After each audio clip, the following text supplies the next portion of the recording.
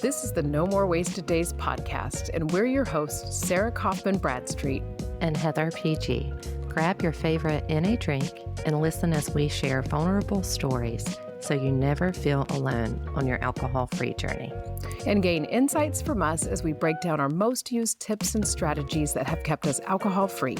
It's time to break free from wasting any more of your days to the drinking, blackout, hangover cycle. All right, welcome back to another episode of the No More Wasted Days podcast. I'm your host, Sarah. And I am Heather. And we're super excited today to talk all about counting your alcohol-free days, why it may be a good thing or why it may be a bad thing. Before we dive into that topic, though, I've realized that through our first 3 episodes, we haven't properly introduced ourselves so all of you can really get to know us. So today, I'm going to take just about the first 5 to 10 minutes of this episode to interview Heather, so all of you can actually get to know her and know a little bit of her alcohol-free journey. So are you ready, Heather? I'm ready. All right. So I only have 3 questions for Heather. I know sometimes people are like, oh, maybe I don't want to listen to that interview portion, but stick with us because I think this will be quick and you'll learn a little bit about us, and then we'll get right into the bones of this episode or the meat of this episode. Maybe it's the meat of this episode. We'll let the audience decide on that one if I said it correctly. So Heather, what were the last few months of your drinking days like? Essentially, I'm asking kind of what led to the choice of you quitting drinking, if it was a rock bottom moment or if it was a culmination. Just let us in on that. It was a culmination of choice and personal rock bottom. It was the end of 2020. The isolation of the pandemic was really affecting me and my family as we had an infant. And I had been trying to quit drinking since 2017.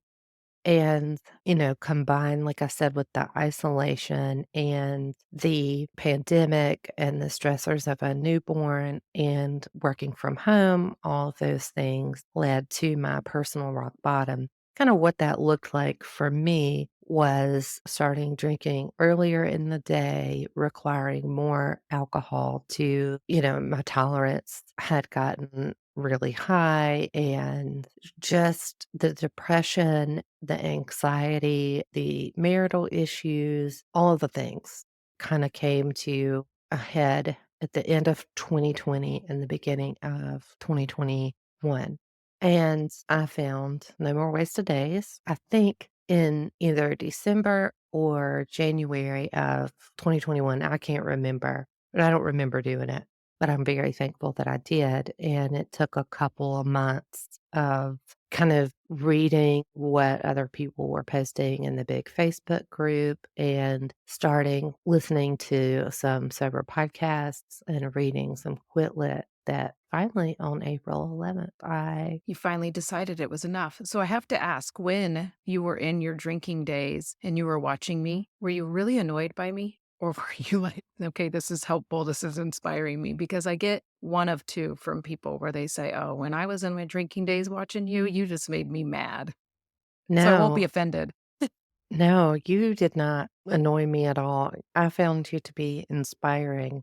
And I will say, when I learned that you had picked up the ukulele without knowing you used to be a music teacher or that you were musically inclined, I thought, what an interesting hobby to pick up when you quit drinking. That's the only thing that I remember. It's a cheap instrument, or inexpensive. You should say inexpensive instead of cheap. Someone taught me that long ago. So it's an inexpensive instrument and it's pretty easy to learn. So yeah, if you guys need a hobby, if you just quit drinking, the ukulele is a good one. There's only 4 strings on it and there's a lot of apps out there that'll help you out. Okay, so essentially, you didn't quite have a rock bottom moment. It was the culmination, is what it sounds like. Yeah. Yeah. My personal rock bottom was knowing that if I took this any further, I was going to start losing a lot. And I knew Yeah, that. see it. Oh, yeah. Mhm. Yeah. I think that's where I was starting to finally see, like, this isn't going anywhere but up, and not in a good way. Like, this Mhm. is just increasing and increasing. So I Yeah. kind of was like, it's now or never. So, number two for you is what surprised you most about your alcohol free days in the beginning? I think what surprised well, there were a lot, but for the sake of time, day 3 was the hardest. My anxiety improved and, it changed. I can't Yeah. say that it completely went away, but it changed. You could feel that shift. I could. And what surprised me on a positive end was that I could taste things better and that my actual food and beverage choices changed. Yeah. And I found that to be really interesting. But I do know for me, the first 14 to 30 days were very challenging. And there were a lot of positive things about it also. Yeah. And we'll dive into probably on counting our days, kind of what those beginning days entail and even going farther and farther. So number three for my question for you is what is your top advice for anyone who is either considering starting their alcohol free journey or has just started it? So somebody who is brand new. I think what made it stick for me was joining No More Wasted Days community. I think that was the piece that had been missing in my attempts 17 and really learning about alcohol. Now, you would think, as a former substance use counselor and a social worker forever, that I would know these things, but my ego would not allow me to think that it was applicable to me. So, I think learning and reading and using the Reframe app to surf those cravings and the community was Yeah. definitely what helped me get as far as I have. Yeah. I think community is key. And I was a person who did not want a community. I always tell people I quit drinking on my own to prove that I didn't have a problem because Mhm. I didn't want a problem. Right. For whatever reason, that was probably ego in my head saying, "Oh, you don't wanna have a drinking problem, that could be one of the worst things." So, it was like, if I can do this on my own, then I don't have a drinking problem, and I never Yeah. have to label it that. But, yeah, I found an online community. I found a huge Facebook community, and I just lurked in it. I didn't really do very much and posted every now and then when milestones happened, but just reading other people's posts and knowing that I wasn't alone was a game changer for me and being like, "Oh, good, I'm not the only one." Because gosh, I really felt like I was the only one. So your last question, actually, I didn't tell you, but I think it'll just lead in perfectly to what we're talking about of tracking our days is how many days alcohol free are you? And I know you track, so what has tracking those days given you? I am on today's date 948 days alcohol free. That's awesome. I Yeah, thank you. I'm super proud of that. What it's given to me is just motivation to make it to the next day alcohol free. And just seeing those days rack up gives me a sense of internal pride of where I started and how far I've come. I understand that for sure. That was my thing because in the beginning, I say I wasn't tracking days. I wasn't tracking days through an app. The number hadn't gotten big enough that I didn't need to count back on a calendar because when I first started, that's what I was doing, kind of going like, "Oh, I'm on 5 days." That was huge. That was an amazing milestone for me. And then getting through my first weekend, I was like, "Oh my god, I did it. All right." And I was kind of like, "Here we go, week 2, we're doing this." So I still knew I'm on 8 days. But at one point it became me counting on my calendar on my phone, which then you accidentally click on a day, and when you click on a day, it opens up this whole thing and I was like, "Okay, there's gotta be apps out there that do this for you," and there are, and I feel like they really make it almost into a game. I don't wanna say like, "Oh, quitting drinking is kind of this game and you can make it fun," but it made it fun for me, and it made it finally go, "Okay, I'm on day 30," and then I could open up the app and go, "Whoa, I'm on day, like, 58. I'm super close to 60." So, because I bet for you being on 948 today, I bet you're just waiting for it to turn over for 950, Yeah, definitely. And I'm ready to and I hit think the comma club, which I didn't even know was a thing. I didn't know either until you said that, and I'm part of the comma club. I was like, "Oh, that is so cool." Yeah. And I heard you have a big vacation planned when you hit the comma club. You're going with one of our other community members. Yeah, we are going to go to California on a adventure, just the 2 of us. That's So, so awesome. Well, and I think that's the other thing. When you're tracking your days, you can plan little rewards for yourself. You can kind of go, okay, when I get to this day, I'm going to buy myself a new outfit. Or when I get to this day, I'm going to treat myself to a massage because you can also track how much money you've saved. And then you yes, can be going, I've saved this much money. So it's not a big deal if I go spend $100 on a massage because how much money have you saved? I have saved on this day over 28. That's crazy. That's Mhm. amazing. It's like, Yeah. if your wife is ever saying, no, I don't think we should spend that. No, no, no, don't worry. I've saved this much money. Mhm. Yeah. Some of it's probably gone to like Topo Chicos and kombuchas, but Yeah. Yeah, I'm not that sure. much. I have people comment sometimes, oh, well, you probably just spend it all now on non alcoholic drinks. I'm like, No. no.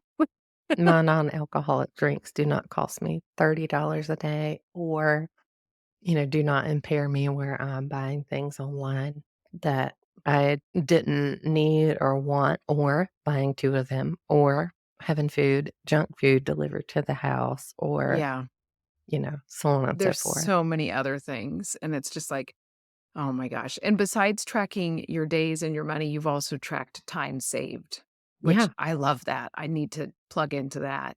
yeah. So I define time similarly how it's defined in the DSM-5. So that's time in each day thinking about drinking, gathering alcohol for the day, and using alcohol for the day. So I have saved 7 months of time. That is like so much you can do with that. And that's one thing that I think people don't realize. I love how you have it categorized too. I think that's something we'll have to share on social media or on in the show notes just so people have that resource because the amount of time we used just planning our drinking Mhm. is way more than you realize until you quit. All of a sudden you're like, "Whoa, I have so much brain space." Or you catch yourself thinking about drinking and you're like, "Nope, I don't need to think about that anymore." Yeah. So, do you want to dive into our tracking our days and why it's been important to you? I think we've both kind of shared. I have shared just a little bit about why it's important to me, but it was just a motivator for me. It still is. Like I looked this morning and I think I'm 1,647 days. And I'm one of those people that's like looking for that next number. And I'm like, oh, Yeah. I'll be to 1,650 next. And it's like, it's cool. When I started and I hit 100 days, that was cool. I feel like 100 days is still one of the moments I'm the most proud of. Like, Yeah. even as I've gotten more and more, that was something I couldn't see. So if you're listening to us and you're going, well, those are really high up days, of course it's fun to track then. No, it was fun early and just Yeah. going, I'm doing it. I'm doing it. I think that was more my thing. There was this voice in the back of my head going, oh my God, you're doing it. You're doing this thing that you thought was bigger than you. Yeah. I think that counting days is unique to everyone. As I mentioned before, they motivate me. Additionally, it's part of my morning routine. Every morning, every morning, I log in. Number 1, I pledge that I won't drink that day. Number 2, I get to track and see, like, my app gives me a motivational quote for the day. So that's also a cool way to start. I know that some folks in our group are really intentional about counting days and others are not. And one thing I like about our weekly calls, we have several of them, is that it's not required to chime in your day count or check in around that at all to honor Yeah. those who like to count, don't like to count. So, Yeah.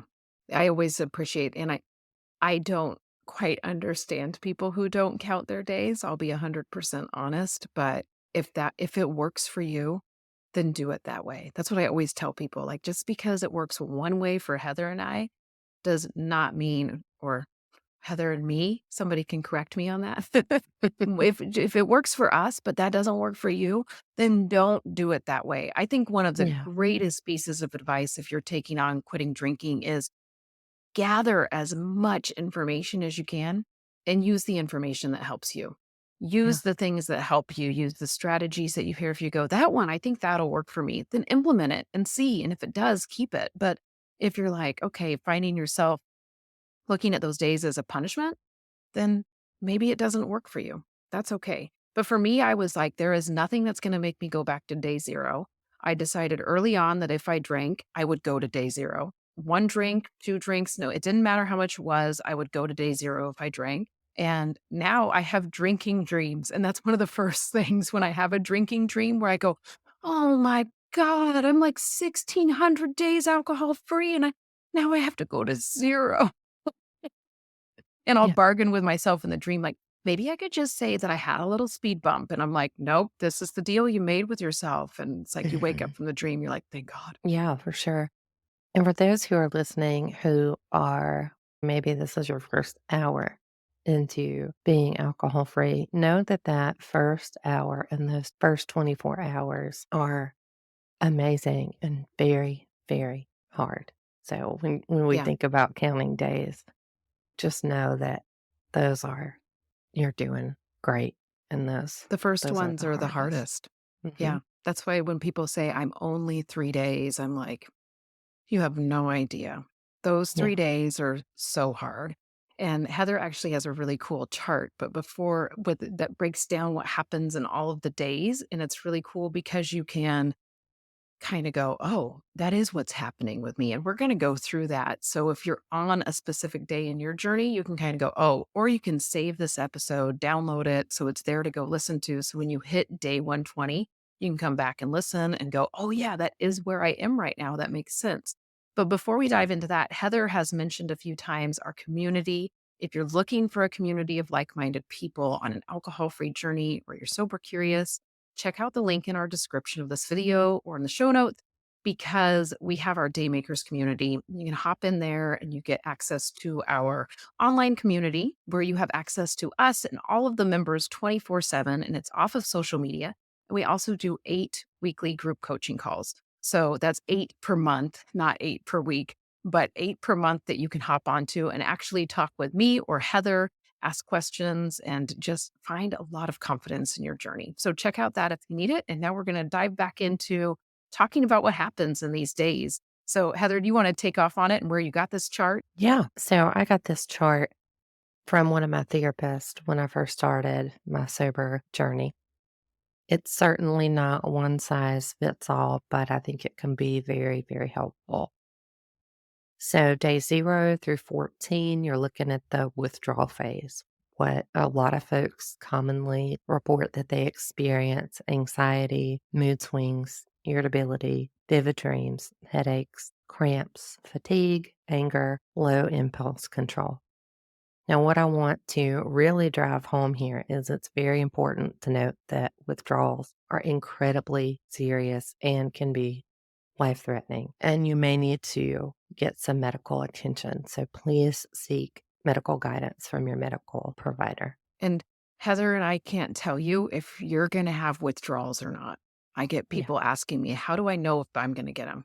We you'll have know. no idea. It's like Yeah, you'll know when it starts, but we have no idea to how we can't tell you, oh, you drink this much, it's going to happen to you right. because I've talked to people who have drank a ton and didn't experience anything too major. And then people who drink that same amount who are like in that first day going, oh my gosh, I'm shaking. I'm really scared. And it's like, that's when you, Hmm. you call, you call your medical provider or you head into an urgent care and they know exactly what to do. Heather and I are not doctors. So we just make sure if you are feeling nervous, seek help. And if you're nervous about seeking help, they've heard it all.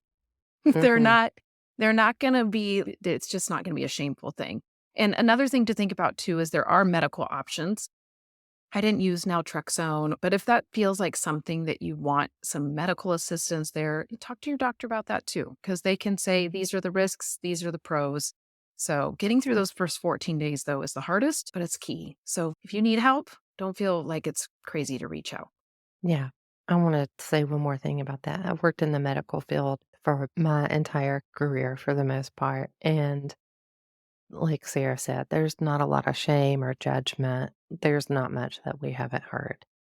So when we look at day 15 through 45, that's considered the honeymoon phase. That's my favorite. Yeah. And you'll see some overconfidence, hopefulness, and what often is referred to as the pink cloud. Pink cloud is good. You want it, so get through those 14 days so you can get to Yeah, it. yeah. I don't remember if I experienced that or not. I really don't. I remember feeling really hopeful and almost nervous that I was super confident. And Yeah. I think I hit some pink cloud moments for sure. I think it varies, whether people hit it or not. I don't think that there's any scientific evidence to prove about No. it or I not. don't I don't But think there is either. People can tell us if we're wrong, tell us. We like to hear those things because we like to keep learning too. But yeah, I know too the overconfidence, I remember feeling like early on being like, "I'm never gonna drink again." But I would be like, "I am not gonna tell anybody that. I'm gonna keep that on the inside for a while." And I still feel like that, but I still have days where I go, "Oh, what if I do?" So there's still definitely questions bouncing around in my head, but I know that overconfidence feeling. I feel like I rode the pink cloud for a long time, like longer than most people do, and I'm happy about that. But yeah, I also feel like maybe it doesn't paint the picture that happens for everybody. Like I feel like 2 years in, I was still like that, "Wow, wow, wow." yeah. But it was probably more into my 3rd year where I was kinda like, "All right, I don't drink anymore. Like, this is how it is now, and now I just have to keep making life exciting," and then that felt overwhelming. So that might happen to you sooner rather than later. But if you're on that pink cloud, hang on, keep hold. And Yeah. like, don't Hang I on always to tell it. people too, it's okay to feel like this is awesome. And it's okay to feel Hmm. hopeful. So hang on to it Yeah, and keep riding it. All right. What happens day definitely. 46 to 120? This one's big, but I do remember those days kind of lengthening for me, or not Yeah, the days feeling a little shorter, I guess. yeah. This is called the wall.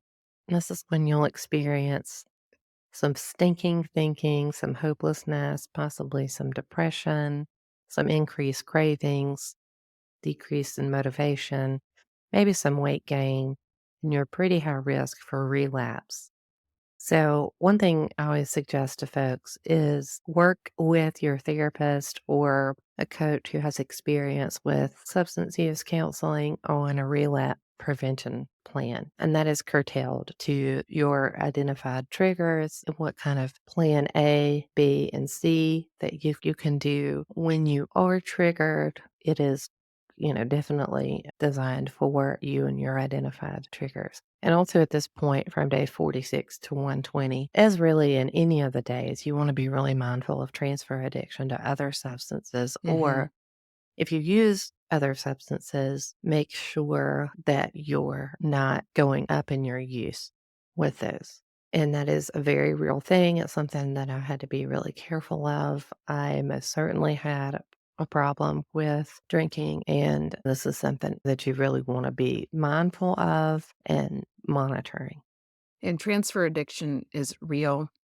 The more I learn about myself, the more I can see that I have an addictive personality. I will take everything too far. If you can take it too far, I can take it there. Yeah. One thing if you're listening to that though, and you're going, "Oh my God, you mean I'm stuck with this forever?" One thing I can tell you is once you've ditched one substance, it becomes easier to see when other ones are creeping in, and then you have the tools to start dealing with it. For Mhm. me, I transferred to I feel like it's something dumb, but I transferred to really getting controlling over my eating when I was in these days. That's when I got hardcore into working out. I was already a person who works out, I still do, but I got mega into tracking my food. Like, I wouldn't go to bed until that app was filled out, and I was tracking my weight and tracking my inches and all the things, and I got really into it. It's not the worst thing in the world to get into, but it was something that I've had to try to learn how. I have not learned how to loosen the reins properly. I'm not there yet. So if you're stuck in that, if you're eating a lot of candy at that time, that's normal. If you're trying out being Cali sober and you're finding out that now you're smoking more, that can be totally normal, but it's something to watch Mm. because I just feel like once you have that, it's just kind of, it's a little bit who you are. So Yeah. be aware. And don't feel overwhelmed by this. Just kind of say, okay, now I know, and now I can use this knowledge to my advantage. Definitely. On day 121 to 180, this is called the adjustment phase. I think support is key, but this is a period where you really want to seek additional support. I mean, giving up alcohol is a major life adjustment in all areas. Hmm. And I think if you try to downplay it and say it's not, I mean, there's just so many holidays that revolve around it, so many cultural things that revolve around it. So it's just Hmm. always going to be an adjustment. I remember heading into my first summer without alcohol felt overwhelming but exciting because it was really new in my journey. I quit in May, so summer happened really fast. And I was a teacher at the time, which meant no responsibility in the summertime. And that was my mega drinking time. But I just looked at it as this moment to be like a different Sarah, Sarah 2.0, as I call her, and Yeah. just really be like, I can do this. But then when the second summer came, I remember being like, oh my God, can I be alcohol free in the summer? And I had to be like, you already did it. Yeah, you can do it. You did it. So I do think how you were saying like day 121 to even 180, like to day 1,000, you may really be in that adjustment phase and just always making fine tune adjustments. And I think community is key no matter where you are on your journey. And even if that's just listening to podcasts like this or following sober content creators, just get that. Don't ever feel like you are above the support or above the quit lit. It's just there to support you wherever you are in your journey. Definitely. So on day 181 to 300, this is called the resolution phase, and this varies for everyone. This is typically when you maybe start moving more into acceptance. This can look different for everyone. A lot of folks have a lot of aha moments here and really start to lean into some dreams and goals that they have had for themselves or have newly discovered, over the course of this journey, and you see a lot of dreaming and scheming in this period and possibly some execution of those Yeah. dreams and goals. So, I did say the pink cloud phase was my favorite, but this might be my favorite. yeah. It's just kind of that suddenly you see that there's more for you out there than the life that you thought was happening. And when I was a drinker, that was so much my focus. It was all I thought about. It was all I thought of myself. I was like, I'm a drinker. This is who I will always be. And this is how people know me. This is how people like me. So to take away that, it stripped away a huge part of my what I thought was my personality. Yeah. And I had to really rediscover myself. And all of a sudden I was like, oh my gosh, I can do so many things and I can do them so much more efficiently. I can dream these huge dreams and I have the money to make them happen because sometimes you like your big dream is to go on vacation or your big dream is to build your own house. And you can finally go, all right, I think I can do this. For me, it gave me the courage to walk away from teaching. I was like, okay, I'm not going to have insurance, but I know I can figure it out now. And I know that Yeah. sounds crazy, but I was like, I know that in my brain, I have the power now to figure out how to get independent insurance. It may sound so simple, but that sounded like that was a huge reason why I wasn't leaving my teaching job. And I Yeah. was feeling like, I'll figure it out. And I talked to a lot of people in our community that say the same thing. You get this very like, I'll figure it out. Hmm. I can do this. Yeah. You learn to build a lot of trust in yourself. And these dreams and schemes and goals are much more figure outable, for lack of a better word. Hmm.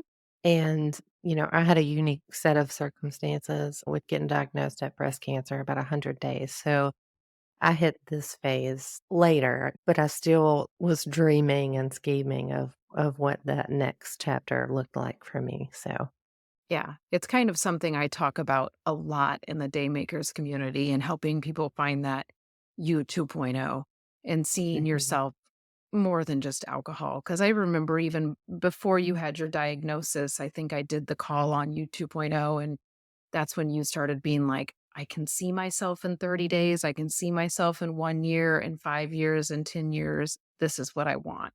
yeah, So that's it one of really my is favorites. just, I know. It's mine too. I'm always Yeah. like, "God, I love that one." And I was thinking, I'm like, New Year's Eve is gonna be right around the corner, and I've been meaning to tell you, we gotta do a call on you 2.0 and setting that goal and setting that intention for an alcohol-free year and what it really looks like for you. So, Yeah, definitely. We've got to do that. we'll wrap up this one though first. Yeah. So on day 301 to 365, according to this chart, this is the recovery, very entrance of the recovery phase. I noticed personally a significant dip right before I hit 1 year. It was a very reflectionary period. Another group member who has become one of my best friends, and we oddly enough have the same sobriety date, we shared a similar experience during this time.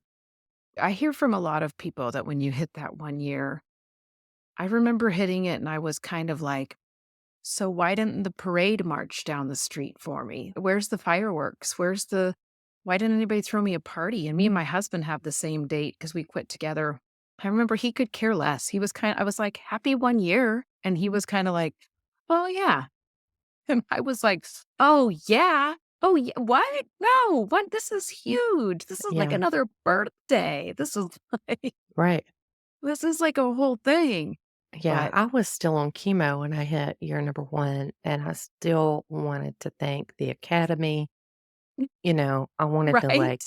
I don't know, shout it from the rooftops. It was, you'll hear me say, like, I think that April 11th is more special to me in some ways than my actual birthday. So, Yeah. I was going to say mine's May 13th, and it's always like, it's a big day for me, and it's mhm, after my actual birthday, and I'm always like, "Yeah, it's a big one." And yeah, especially the more years I keep racking up, I'm just like, "Oh my god, this is cool. It's really yeah, going somewhere." If you feel like a year is impossible, I understand that feeling, I have felt that way, but it's mhm, not. It's just it is simply waking up each day and promising to yourself that you're not gonna drink, and then keeping that promise and moving forward. And I yeah, know when I say that, it's like, "Oh, it's just that. Oh, yeah, that's so easy." yeah, Just take it moment by moment. for And real. even, like, I would walk around my house saying, "Drinking isn't going to help this. Drinking isn't gonna help this. It'll just make it worse." I would be saying it out loud, but it's true, and it's just kind of the thing that got me through those hard moments. So, if you've got a Yeah, mantra and you're repeating it, that's alright. Did you do anything special on your 1 year to celebrate? I don't I think I don't did. I don't remember. No, Yeah. I had, even though I was on chemo, there's a particular cake that I love, and I was one of those sugar eaters for Oh, sure, yeah, me too. Still am. and same, and I had gotten a cake, and me and my family enjoyed it. That just came back to me. That's nice. I'm like, that's a good one to do. We were Yeah, still in pandemic mode, and I'm trying to even it's like we had just gotten through 3 pandemic birthdays in the family, so I think just not too much happened. But yeah, I think on year 3 is where you told me I had a crappy year 3. It was not momentous, and I was angry at my family, and I think we had rice-a-roni for dinner. It was like, "Oh, this is great." And but Heather informed me you can redo your day and yes, go re-celebrate, and she was like, mhm, "You should go get a tattoo." So I did.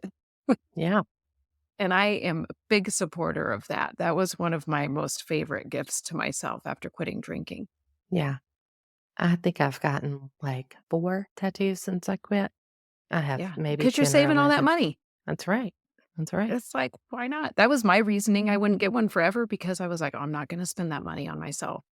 Not until my kids are out of the house," and da da da. It's like I just make it and I was like, "Forget it." Like, I've made back that money and then some, so I've got Yeah, my eye on keeping that one going, adding on to the tattoo. Not that we're saying you should get a tattoo, but we are saying treat yourself when you yeah, hit these milestones and treat yourself at day 30 and treat yourself at day 100. If you watch Parks and Recreation, Donna and oh my gosh, I can't remember his name though. Donna and Tom do your treat yourself day. So go do that on some of these days because you're saving money, you're saving time, and you're doing something that's really, really hard, but so rewarding.